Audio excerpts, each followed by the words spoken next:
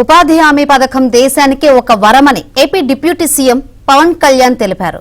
మంగళగిరిలోని CK convention హాల్లో May Day ఉత్సవాలు నిర్వహించారు. జాతీయ ఉపాధి హామీ పథకం ఏపీ అభివృద్ధికి వెన్నెముకగా మారిందన్నారు పవన్ కళ్యాణ్. సీఎం చంద్రబాబు కృషితోనే ఉపాధి హామీ పథకం కింద శ్రామికులకు వేతనాలు పెరిగాయని పవన్ కళ్యాణ్ అన్నారు. నిర్దేశించిన రోజుకి 307 రూపాయలు వచ్చే విధంగా అన్ని రకాల చర్యల్ని చేపట్టాం. ప్రభుత్వం నిర్దేశించిన వేతనం 307 రావడానికి ఫీల్డ్ అసిస్టెంట్లకి, మ్యాట్లకి అవగాహన కల్పిస్తా ఉన్నాం. జిల్లా మరియు రాష్ట్ర స్థాయి కమిటీలు వేసి పర్యవేక్షిస్తున్నాం.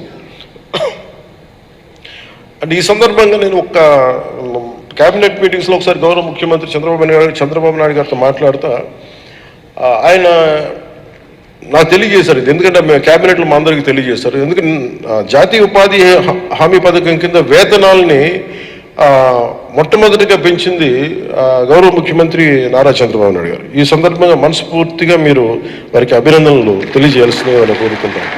అలాగే 307 కూడా పెంచడానికి వెంటనే పెరగాలి అని అంటే ఆయన ఒకే ఒక నిర్ణయం లేదు. ఎట్టి పరిస్థితులు మన శ్రమ చేసే వారికి వేతనాలు పెంచాల్సిందని చెప్పి ఆయన తీసుకున్న నిర్ణయం ఇది మనస్ఫూర్తిగా వారికి మరోమారు ధన్యవాదాలు తెలుపుకుంటాం.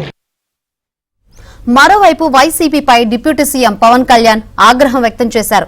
వైసీపీ హయాంలో ఆంధ్రప్రదేశ్ ను అప్పుల పాలు చేశారన్నారు. మద్య నిషేధం అంటూ వచ్చి గత ప్రభుత్వం వ్యాపారం చేసిందన్నారు. గత వైసీపీ ప్రభుత్వంలో ఆర్థిక వ్యవస్థ చిన్నాభిన్నమైన పరిస్థితుల్లో పంచాయతీరాజ్ నిధులు రాష్ట్రానికి ప్రాణవాయువు అయ్యాయని పవన్ కళ్యాణ్ వివరించారు. ఉపాధి హామీ పథకం నిజానికి దేశానికి, రాష్ట్రానికి, దేశానికి కూడా ఒక వరం. ఈ రోజున ఆంధ్రప్రదేశ్ అప్పులు పాలైపోయిన ఆంధ్రప్రదేశ్ సారా రేట్లు పెంచి సారాని నిషేధిస్తామని చెప్పి వచ్చిన ప్రభుత్వం సారా మీద డబ్బులు సంపాదించి, సారా మీద స్కాములు చేసి, వాళ్ళ సారోల మీద, సారా తాగిన వాళ్ళ సారోల మీద డబ్బులు సంపాదించి 3200 కోట్లు ఇప్పటికీ తేలిన లెక్క. వాళ్ళు చేస్తుంటే అలాంటి శిథిలమైపోయిన ఆర్థిక వ్యవస్థ చిన్నాభిన్నం అయిపోయిన పరిస్థితుల్లో ఈ పంచాయతీరాజ్ నిధులు రాష్ట్రానికి ప్రాణవాయువు అయినాయి. నిజంగా అది ఆక్సిజన్ అయిపోయింది మనందరికీ. ఈరోజు దాంట్లో మనకి జాతీయ ఉపాధి హామీ పథకం ఈ రాష్ట్ర అభివృద్ధికి వెన్నెముక అయిపోయింది.